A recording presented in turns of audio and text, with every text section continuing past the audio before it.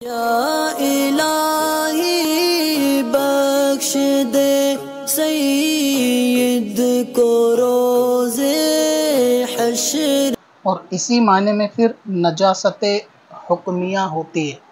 یعنی یہ سمجھیں کہ انسان کے جسم سے جو ناپاکی نکلتی ہے، جو وضو کو توڑ دے یا غسل کو توڑ دے، یعنی طہارت بندے کے اوپر لازم ہو جائے، اب چاہیں وہ طہارت وضو کرنے کی ہو یا غسل کرنے کی ہو،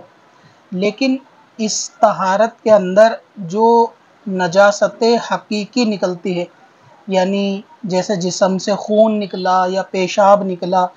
یا منی نکلی، تو یہ سب نجاست حقیقی ہیں، تو بندہ اس جگہ کو تو ضرور دھوتا ہے کہ جہاں سے نجاست نکلی،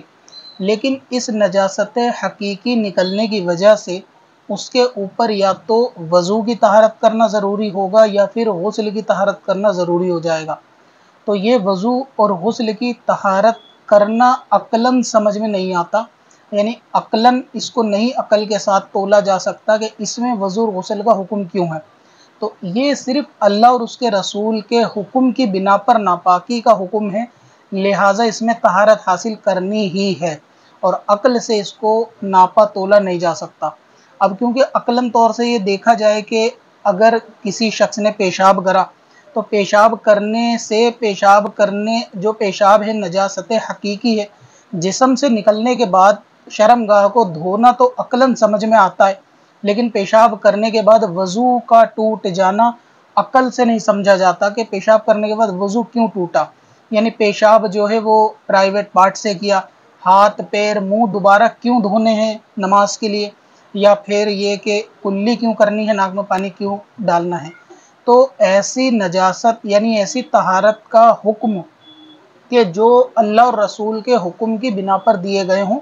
جس کو عقل سے نہیں ناپا جا سکتا، اس کو جو ہے وہ طہارت حکمیہ کہتے ہیں، یا اس کو یہ سمجھے کہ ایسی نجاست حکمیہ کو دور کرنے کے لیے جو طہارت اختیار کی جائے۔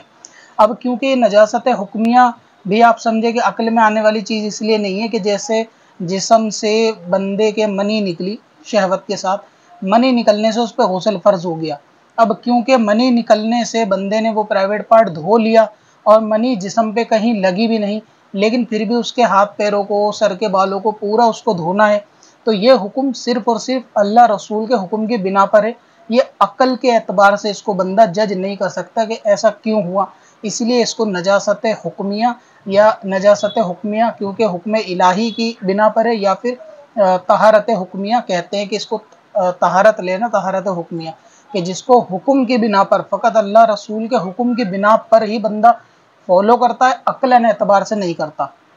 اب جیسے کہ بندے نے پیخانہ کرا، اس کے بعد اس نے اس جگہ کو دھو لیا، جب دھو لیا تو وہ جگہ پاک ہو گئی، لیکن پھر بھی اس کے اوپر وضو جو ہے نا ٹوٹ جائے گا، اور جس کو عقل سے نہیں سمجھا جا سکتا کہ ایسا کرنے سے وضو کیوں ٹوٹا۔ یا خون نکلا جسم سے، خون نکلنے کے بعد بہہ گیا، اب جہاں باڈی پہ خون بندے کا لگا تھا اس کو بندے نے پانی سے دھو لیا، دھونے کے باوجود بھی اس پہ جو ہے وہ وضو اس کا ٹوٹ جائے گا، اسے پھر سے وضو کرنا ہوگا۔ تو یہی حکم کہ پھر سے وضو کرنا ہے، غسل کرنا ہے، اور اس حکم کو عقل سے نہیں ناپا جا سکتا، اور اس کی وجہ بھی عقل میں بظاہر سمجھ نہیں آتی، اسی کو نجاست حکمیہ اور طہارت حکمیہ کہتے ہیں، یعنی اس کو جب بندہ پاکی حاصل کر لے گا۔ اب جیسے کہ حدث اصغر یا حدث اکبر، یعنی حدث اصغر وہ کہ جس سے وضو ٹوٹ جائے، کوئی ایسا معاملہ جیسے پیشاب کرنا یا پیخانہ کرنا یا باڈی سے خون کا نکلنا، اور حدث اکبر وہ کہ جس سے غسل فرض ہو جائے، جیسے کہ عورت کا مرد کا آپس میں ہم بستری کرنا، یا شہوت کے ساتھ منی کا نکلنا وغیرہ، تو یا حیض کا، نفاس کا، تو ان سب سے جن سے وضو جائے، ایسے حدث کو اصغر یعنی چھوٹا حدث کہتے ہیں، اور ایسے حدث جس سے غسل واجب ہو اس کو حدث اکبر کہتے ہیں۔ تو یہ کچھ مختصر سی تفصیل ہے کہ نجاست حکمیہ کس کو کہتے ہیں، کہ شارٹ میں یہی کہ اللہ تعالیٰ اور اس کے رسول کے حکم سے جو بندے کو ناپاکی کا حکم ہو یا بندہ ناپاک تصور کر لے، بس اسی حکم کو کہتے ہیں، اور اس لیے اس کو نجاست حکمیہ بھی کہا جاتا ہے، کہ یہ عقل میں آنے والی چیز نہیں کہ پیشاب کے کرنے سے بندے کا وضو کیسے ٹوٹا۔ اب کیونکہ بعض لوگ جو ہے ایسے انٹرنیٹ کے اوپر پائے جاتے ہیں کہ جو عقلوں سے چیزوں کو ناپتے ہیں، ایسی مخلوق بھی ہے یعنی اگر آپ ان سے کہیں کہ کوئی ولی ہوا میں اڑ جاتا ہے تو ایسے سمجھتے ہیں وہ کہ جیسے ہوا میں کیسے اڑ جاتا ہے، یعنی وہ کرامت کو بھی عقلوں کے اوپر قیاس کرتے ہیں۔ ابھی ایک پلمبر سے پوچھا گیا کہ آپ کا جو ہے وہ آمدنی کا ذرائع کیا ہے زندگی جینے کا، تو اس نے کہا میں نماز پڑھتا ہوں، مصلی اٹھاتا ہوں اور نیچے سے سونا ملتا ہے۔ یعنی وہ طنز کر رہا تھا اولیاء کی کرامت پر کہ جیسے اولیاء اللہ کی کرامتیں کہ وہ مصلی اٹھاتے تھے، ان کے مصلی کے نیچے سے کچھ چیز ملتی تھی، گویا یہ سب فرضی کہانیاں، یہ جھوٹ ہے۔ تو بعد میں وہ یہ بھی اس بات کا بھی اقرار کرتا ہے کہ جب تک آپ مانو گے نہیں کہ وہ سب باتیں جھوٹی ہیں اور وہ سارے معاملات کرنے والے جھوٹے ہیں، معاذ اللہ سارے اولیاء جھوٹے ہیں، جب تک آپ مانو گے نہیں تب تک میں یہی بتاؤں گا کہ میں بھی مصلی اٹھاتا ہوں، نکلتا ہے۔ اب کیونکہ شریعت کے بہت سارے احکام ہیں کہ جس کو بندہ عقل سے جج نہیں کر سکتا، اگر وہ تمام قدرت کو، اللہ رسول کے فیصلوں کو عقل سے بندہ ناپ لے تو پھر ظاہر ہے کہ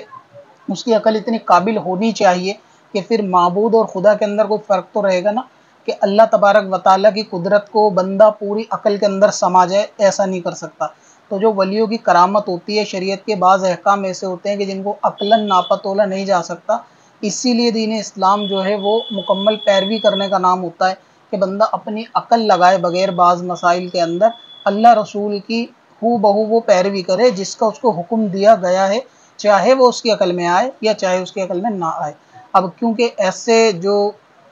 غیر مقلد کو فرقوں کے اندر کوئی اولیاء کاملین تو گزرے نہیں ہوتے، اس لیے ان کو کرامت سے اتنی زیادہ بغض ہوتی ہے اور ولیوں سے اتنا بغض ہوتا ہے کہ وہ ان چیزوں کو عقلوں سے ناپتے ہیں۔ اب اگر ان سے کوئی پوچھے کہ جسم سے منی نکلنے سے غسل کیوں فرض ہوا،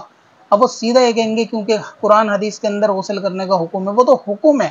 لیکن لاجک نہیں ہے اس کے پیچھے کہ وہ غسل کو فرض کیوں کرتا ہے، کہ بندے نے پرائیویٹ پارٹ کو دھو لیا اس کے بعد بھی اس پہ کیوں نہانا ضروری ہے۔ وہ سینس اور لاجک ان کے پاس نہیں ہے، جس سینس کو یا لاجک کو وہ کرامتوں میں تلاش کرتے ہیں کہ ایسا کیسے ہوا، تو ایسا ایسے ہوا کہ اللہ تعالیٰ نے ان کو قدرت دے دی اس لیے ایسا ہوا، اللہ تعالیٰ نے ان کو اختیار دیا ہوا میں اڑنے کا تو اس لیے وہ اڑے، اللہ تعالیٰ کی قدرت سے وہ مصلی اٹھا کے ایسا کرتے تو ہوتا تھا، تو وہ ایسے ہوتا تھا جس طرح سے وضو غسل جو ہے وہ بندے کی عقل سے باہر ہے، لیکن جب حکم ہے کرنے کا تو اس کو کرا جائے گا۔ اب اپنی ویب سائٹ بلاگ کے لیے ہوسٹنگ خریدیں قادری سے اور پائیں سب سے سستی SSD اور cloud web hosting, light speed اور سی پینل کے ساتھ۔ کب